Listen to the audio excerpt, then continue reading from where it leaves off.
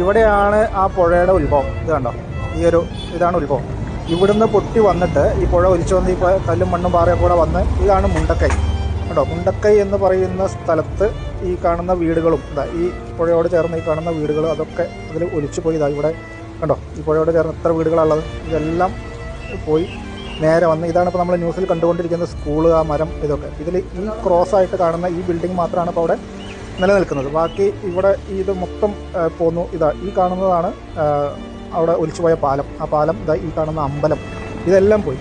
ഇത് പോയി അവിടുന്ന് നേരെ വന്ന് ഇതുണ്ടോ പുഴ വരുന്ന വരവ് കണ്ടോ, ഇതിലേ വന്ന് ഇവിടെയാണ് സൂചിപ്പാറ വാട്ടർഫോൾസ്.